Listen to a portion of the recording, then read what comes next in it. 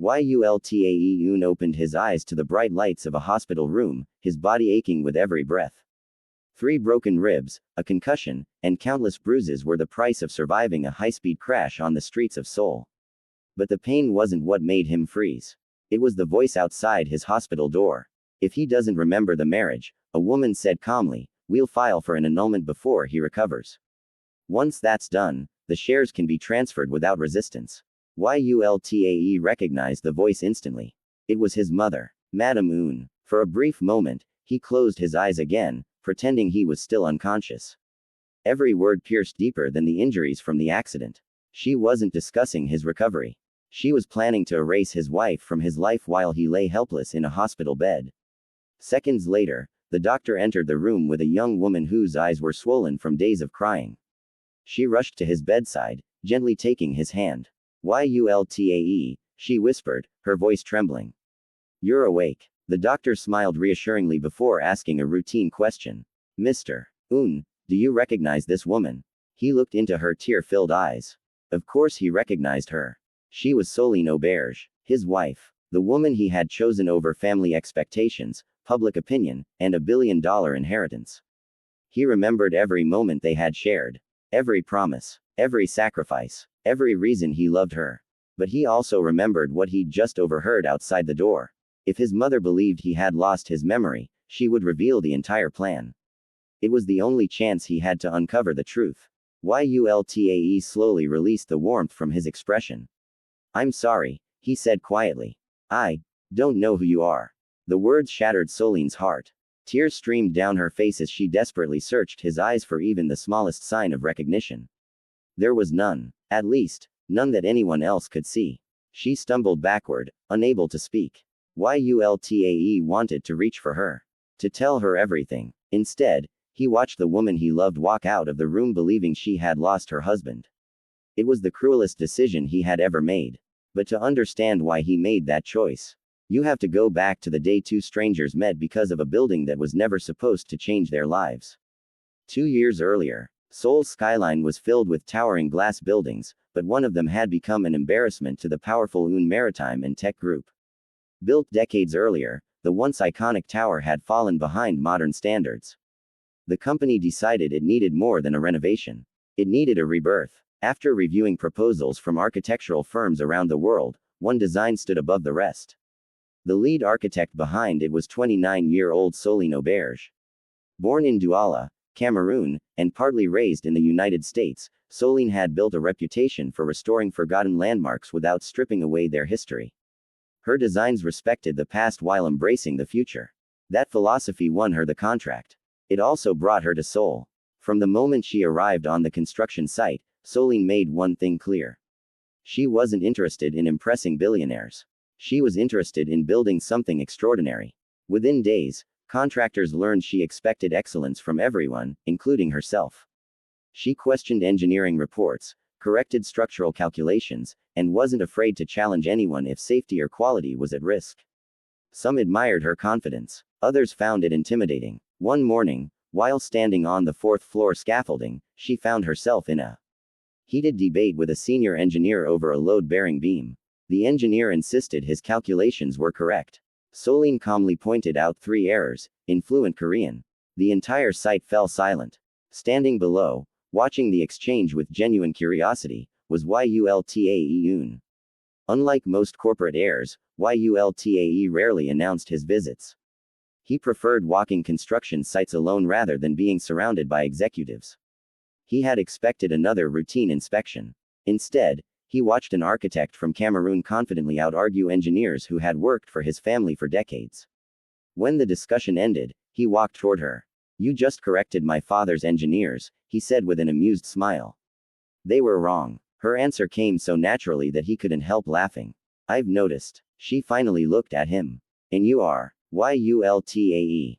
She waited. Nothing else. No introduction. No mention of titles. No attempt to impress her. I work with the client. She nodded. Then you should tell them quality costs less than rebuilding mistakes. He smiled. I'll pass that message along. Only after she walked away did the site manager rush over. Mr. Eun, should I call her back? Yul-tae looked confused. Why? She didn't realize who you are. I know. And she wasn't exactly polite. Yul-tae glanced toward Solene, who was already studying another set of blueprints. No. He smiled to himself. Leave her exactly as she is. That evening, curiosity got the better of him. Instead of returning to headquarters, Yul-tae reviewed Solene's portfolio. He expected impressive buildings. What surprised him was the consistency behind every project. Each design told a story. Each restoration preserved memories instead of replacing them. For the first time in years, he found himself genuinely fascinated by someone's work rather than their family name. Over the following weeks, he began visiting the construction site more often. Officially, he was monitoring progress. Unofficially, he wanted to understand the woman behind the blueprints. Their conversations started with architecture, then expanded to travel, books, music, family. One afternoon, Yul-tae asked why she had chosen architecture. Solene smiled as she looked across the unfinished skyline. My father used to say buildings remember the people who believed in them. And do you believe that? I do. What about people? She turned toward him. People remember who believed in them too. The answer stayed with him long after she returned to work. Weeks became months. Professional respect slowly transformed into friendship. Friendship quietly became something deeper. One evening, after another long day on site, Yul-tae invited her to dinner. To discuss the project, he added quickly. Solene laughed. I've noticed billionaires like disguising dates as business meetings. He raised an eyebrow. What makes you think this is a date? You've asked me 3 times. And I've said no twice. So, the third invitation usually isn't about architecture. He laughed. You may be right. Dinner lasted nearly 4 hours. Very little was said about construction. Instead, they spoke about childhood dreams, cultural traditions, and the strange loneliness that success sometimes brings. For the first time, Yul-tae admitted something he had never told anyone outside his family. My entire life has been planned for me. Solene looked at him carefully. So when do you get to decide what you want? He didn't have an answer. By the end of that night, something had changed between them. Neither of them said it aloud. Neither wanted to rush what was growing. But both walked away knowing this was no longer just another professional relationship. Neither of them realized someone else had already noticed. Inside the Eun Group headquarters, security footage quietly showed Yul-tae walking Solene to her car after midnight. The footage was forwarded to one office. Madame Eun's. She watched the recording twice without saying a word. Then she calmly instructed her assistant to arrange a private tea meeting with Solene Auberge. Because if there was one thing Madame Eun had never tolerated, it was anyone she believed threatened the future she had already planned for her son. And Solene was about to discover that winning Yul-tae's heart would be far easier than winning his family's acceptance. Solene accepted the invitation, believing it was a professional meeting. After all, Madame Eun was one of the most influential women in South Korea. Refusing her invitation without a reason would only create unnecessary tension. The tea house overlooked a peaceful traditional garden. Everything about the setting felt calm. Everything except the conversation. Madame Eun welcomed Solene with a polite smile that never quite reached her eyes. I've heard wonderful things about your work. Thank you, Solene replied. The renovation has exceeded our expectations. I appreciate that. For a few moments they spoke about architecture, the project, and Seoul's growing skyline. Then Madame Eun gently placed her teacup on the table. You are a remarkable young woman. The compliment sounded sincere. Until the next sentence. It would be unfortunate if your career in Korea became complicated. Solene understood immediately. This wasn't advice. It was a warning. She met Madame Eun's gaze without flinching. Are you asking me to leave the project? I'm asking you to consider whether some opportunities come with unnecessary consequences. And if I don't? Madame Eun smiled. I've spent decades building relationships in this industry. She didn't need to say anything more. The message was clear. One phone call from her could make future contracts disappear.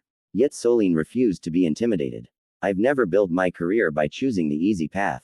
She stood, bowed politely, and left without another word. For 2 weeks, she told no one about the meeting, not even Yul-tae. She didn't want to become the reason he had to choose between the woman he loved and the family that had raised him. But secrets have a way of finding daylight. One evening, Yul-tae overheard 2 executives discussing the meeting in a hallway at headquarters. When he confronted Solene later that night, she reluctantly admitted the truth. I didn't tell you because I wanted to solve my own problem. He looked at her in disbelief. My mother threatened your career. I've faced worse. That's not the point. What is the point? He stepped closer. You don't have to fight my family alone. She searched his face. I'm not asking you to choose between us. I'm asking you to let me protect the person I love. Those words settled every doubt she had been carrying. For the first time, she realized why Yul-tae wasn't afraid of disappointing his family. He was afraid of failing her. From that day forward, they stopped hiding their relationship. They didn't make public announcements or seek media attention. They simply stopped pretending. They explored Seoul together, visiting quiet cafes, bookstores, and hidden streets far from cameras. They spoke about everything from architecture to childhood memories. Yul-tae began learning French because Solene's grandmother spoke very little English or Korean. His pronunciation was terrible. The first time he tried greeting her over a video call, Solene laughed so hard she nearly dropped her phone. I think you just introduced yourself as a loaf of bread. I definitely did not. You definitely did. He laughed with her. I'll keep practicing. You'd better. Their cultures slowly blended in the most ordinary ways. On weekends, Solene taught him how to prepare endole, patiently correcting him each time he added too much spice. In return, Yul-tae taught her how his grandmother folded dumplings for the family's annual memorial ceremony. Neither became an expert overnight. But neither cared. The kitchen became their happiest classroom. Months passed, and the renovation project finally neared completion. The glass tower stood transformed, reflecting Seoul's skyline like a symbol of new beginnings. It felt fitting that the place where they had first met would also become the place where Yul-tae made the biggest decision of his life. One evening, after the workers had gone home, he invited Solene back to the fourth floor where they had first argued over structural calculations. The unfinished space was quiet except for the city lights shimmering through the glass walls. He looked unusually nervous. You've noticed? He asked. I've never seen you nervous.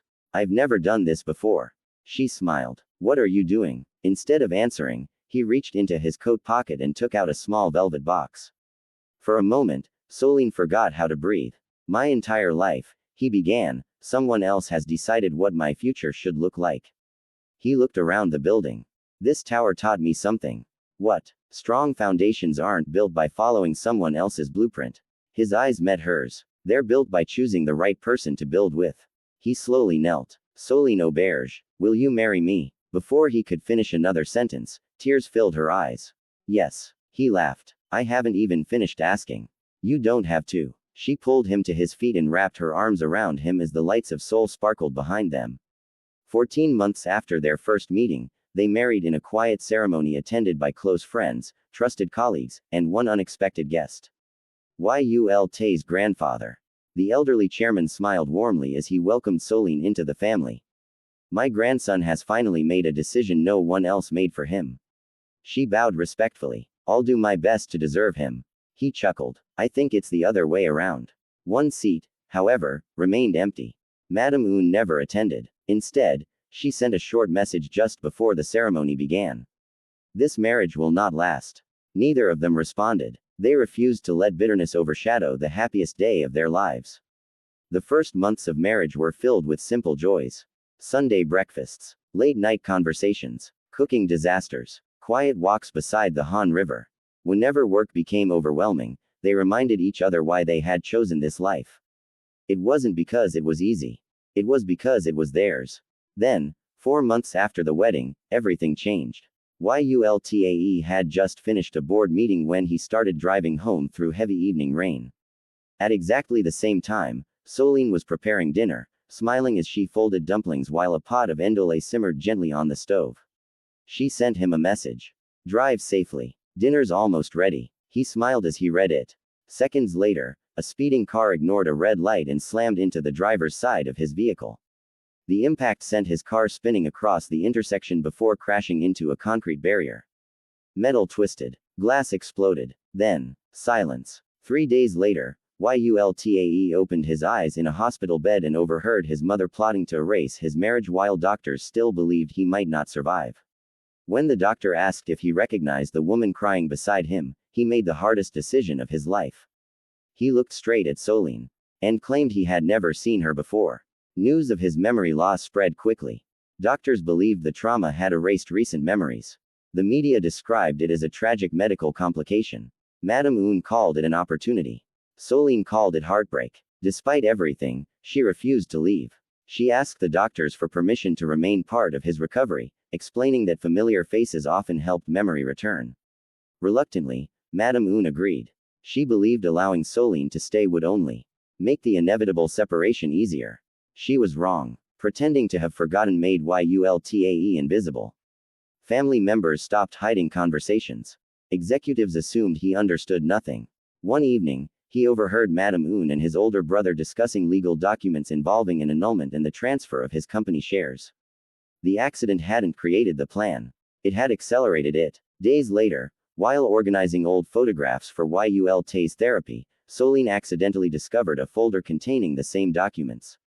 An annulment petition, forged medical assessments, share transfer papers. Every page pointed to one conclusion. Someone intended to steal both her marriage and her husband's future. That night, unable to sleep, she sat beside Yul-tae in the darkness. Without thinking, she reached for his hand. Instinctively, he intertwined his fingers with hers, just as he had every night before the accident. Then he froze. He quickly let go, but it was already too late. Solene had felt it. Her husband hadn't forgotten her. He had been pretending all along.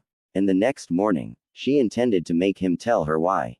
The next morning, the sun had barely risen when Solene found Yul-tae standing alone on the terrace overlooking the gardens of the Eun estate. For weeks she had watched him play the role of a man trapped inside a broken memory. But after what happened the night before, she knew the truth. She walked toward him quietly. "You can stop pretending now." Yul-tae didn't move. For several long seconds, neither of them spoke. Finally, he turned to face her. "I don't know what you mean." She gave him a faint smile. "You held my hand exactly the way you always do." His shoulders dropped. The act was over. "You knew. I knew the moment you pulled me closer." He closed his eyes, ashamed. "I'm sorry." "No," Solene replied, her voice calm but firm. "You're going to tell me everything." For the first time since the accident, Yul-tae stopped pretending.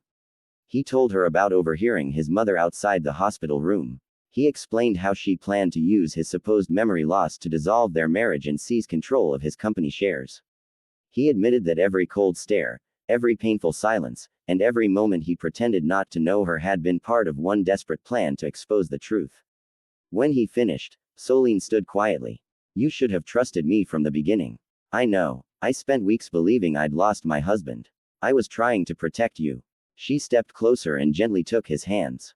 "We're married, Yul-tae. That means you don't protect me by carrying everything alone. You protect me by letting me stand beside you." Those words lifted a weight he had carried since the hospital. From that day on, they became partners again, not only in marriage but in strategy. To everyone else, nothing changed. Yul-tae continued pretending to suffer from memory loss. Solene continued acting as the devoted wife hoping for a miracle. Behind closed doors, however, they quietly gathered evidence. Solene secretly photographed legal documents whenever she had the chance. Yul-tae carefully listened to conversations his family believed he couldn't understand. They discovered that the annulment papers had been prepared before doctors had even completed his medical evaluation. They also uncovered documents authorizing the temporary transfer of Yul-tae's voting shares to Madame Eun under the excuse of protecting the company's stability. Then came the biggest breakthrough. One of Yul-tae's doctors privately contacted him and admitted that someone had attempted to pressure him into signing an extended incapacity report. He had refused. Even worse, copies of the report already existed with forged approval marks. That single piece of evidence transformed suspicion into proof. But before they could act, Madame Eun accelerated her plan. An emergency shareholders meeting was announced. The official reason was to ensure stable leadership during Yul-tae's recovery. The real purpose was very different. Once the board approved the temporary transfer of voting power and the court accepted the annulment petition, Yul-tae would lose both his marriage and his authority before revealing he had recovered. They had only 9 days. For 9 days, Yul-tae and Solene worked in complete secrecy. Trusted board members loyal to Yul-tae's grandfather quietly agreed to help. Lawyers reviewed every forged document. Doctors prepared sworn statements confirming that Yul-tae had been mentally competent for weeks. The night before the meeting, Solene looked at her husband across a table covered with files and recordings. What happens if this doesn't work? Yul-tae reached across the table and held her hands. They might take my position. They might damage my reputation. But they will never be able to say, I didn't choose you. The following morning, the headquarters of the Eun Maritime and Tech Group buzzed with anticipation. Board members believed they were attending a routine restructuring meeting. Reporters gathered outside, expecting a corporate announcement. Madame Eun sat confidently at the head of the conference table. Everything was proceeding exactly as planned. Until the doors opened. Yul-tae walked into the room beside Solene. The conversation stopped instantly. He looked healthier than anyone expected. Confident, focused, completely in control. With his grandfather's permission, he stepped to the front of the room. For 4 months, he began, everyone believed I had forgotten my wife. He paused. I didn't. The room fell silent. I remembered everything. He placed a thick folder on the table. Inside were copies of forged medical documents, draft annulment papers, financial records, and transcripts of private conversations. Finally, he played an audio recording. Madame Eun's own voice filled the room. If he doesn't remember the marriage, we'll annul it quietly. Several directors stared in disbelief. Others slowly turned toward Madame Eun. The company's legal advisor examined the forged medical reports before looking up. Who authorized these documents? No one answered. Yul-tae spoke again. My mother believed memory loss made me powerless. In reality, it allowed me to see what had been happening behind my back. The chairman, Yul-tae's grandfather, looked directly at Madame Eun. Are these documents genuine? For the first time in years, she had no response. Within minutes, the meeting completely changed direction. The vote on the share transfer was suspended. The annulment petition was immediately withdrawn. An independent investigation was ordered into every document connected to Yul-tae's medical condition. Madame Eun was removed from all active executive responsibilities pending the investigation. When the meeting ended, reporters surrounded Yul-tae and Solene outside the building. One journalist shouted, Mr. Eun, why did you keep pretending? Yul-tae looked at Solene before answering. Because I remembered every reason I loved my wife. And protecting those reasons was worth every day of silence. His answer made headlines around the world. The months that followed weren't perfect. Trust between Yul-tae and his mother couldn't be rebuilt overnight. Some wounds take time, others leave permanent scars. Instead of returning to full control of the family empire, Yul-tae chose a different path. He stepped away from the daily management of the conglomerate and launched a renewable shipping venture that focused on sustainable maritime technology. His grandfather couldn't have been prouder. Meanwhile, Solene's architectural firm won the commission to design a cultural center in Seoul celebrating both African and Korean heritage. Her design blended elegant Korean minimalism with bold Cameroonian patterns, becoming a symbol of two cultures standing together without either one losing its identity. The couple divided their time between Seoul and a second home in Douala, where family gatherings often featured homemade dumplings beside steaming bowls of endole. Slowly, even Madame Eun began to change. She wasn't suddenly warm or affectionate, but one evening she attended a family dinner and, for the first time, thanked Solene for preparing the meal. It wasn't forgiveness. It was a beginning. Looking back, many people asked Yul-tae whether pretending to forget his wife had been the hardest decision of his life. He always gave the same answer. No, the hardest part was remembering her every single day, and pretending that I didn't. His story reminds us that love isn't proven by grand speeches or expensive gifts. Sometimes it's proven through patience. Sometimes through sacrifice. And sometimes by trusting the right person with the truth. Real love doesn't ask someone to abandon their culture, their identity, or their dreams. It asks two people to build something stronger together. Yul-tae and Solene did exactly that. One chose courage over comfort. The other chose faith over fear. Together, they proved that no amount of wealth, power, or family opposition can erase a love built on trust. If this story moved you, let us know in the comments. Would you have done what Yul-tae did, or would you have told your partner the truth immediately? Don't forget to subscribe for more unforgettable Afro-Korean love stories where culture, resilience, and romance come together in ways no one expects. Because sometimes, the greatest love stories aren't about finding the right person. They're about refusing to let the world take that person away.